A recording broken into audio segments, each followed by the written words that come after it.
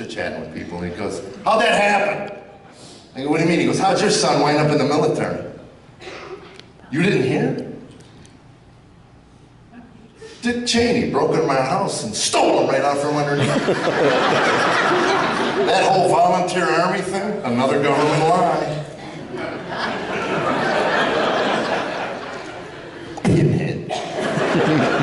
It started when he was a junior in high school. My wife calls me into the bedroom. She shuts the door behind her. She looks at me, she goes, I've had it. That's scary. My sons would call me when I was on the road, and they'd go, Mom says she's had it, what does that mean? Run, that's what that means.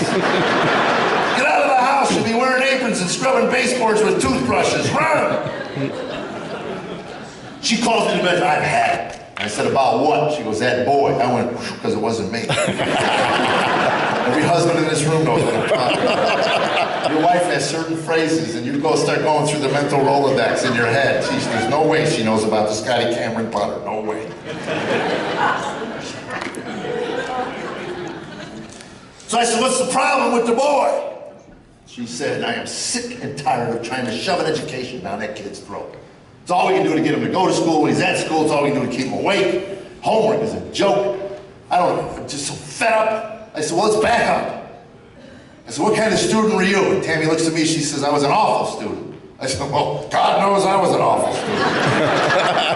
What makes you think you and I together would breed a good student? If there's anything to DNA, this kid's right on track.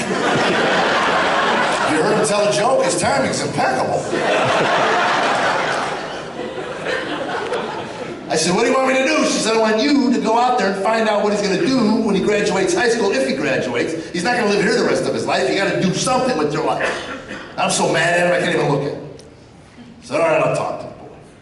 So I call him upstairs, I sit at the kitchen table, and I look him in the eye, and I tell him right up front. I said, I'm going to tell you up front. This is a father-son discussion. Father-son discussion. Your mother wants to know what you're going to do when you get out of high school. He says, I don't know. I go, well, that's a problem. We got to sit here and plan out your whole life because I got golf balls to hit and I don't think she's going to let this one go.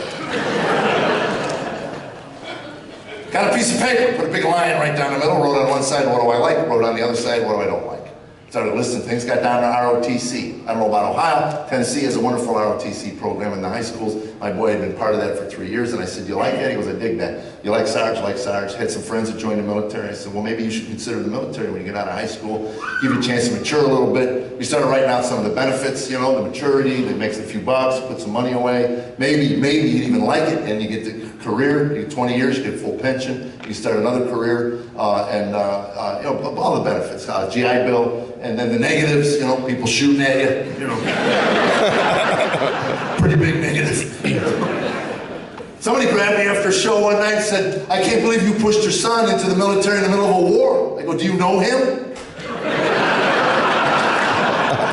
I knew him really well, and I'll tell you something, I would have had a lot more sleepless nights knowing he was alone on an American college campus for 4 years. 101st Airborne did a wonderful job guarding my kid. I slept pretty well knowing that. So anyway, he says, that's a pretty good idea. I should do that. I said, that's a good idea. I'll go tell your mom. So I go tell Tammy, he's going to join the Army when he gets out of high school. She says, what's he going to do when he gets in the Army? When does it end? I don't know what he's going to do. I don't even care what the Army's got a big thick book of things they can give him to do. They'll figure it out. So I walk back out. What are you going to do? He said, I'm going to drive a tank. I think, cool. So I go tell Tammy, you can drive a tank. She looks at me, looks at him, doesn't say anything. She walks downstairs. She comes upstairs with 20 pounds of newspapers and throws them on the floor. I said, what is that? She goes, I want you and our tank driving son to do me a favor and go through every classified ad in those newspapers and show me one job for a tank driver. I said, what are you talking about? She goes, you don't go to the Army to drive a tank. You go in there so you can learn something and feed your family when you get out of skill. I said, he's 16, he wants to blow things up. I'm 50, I want to blow it all up.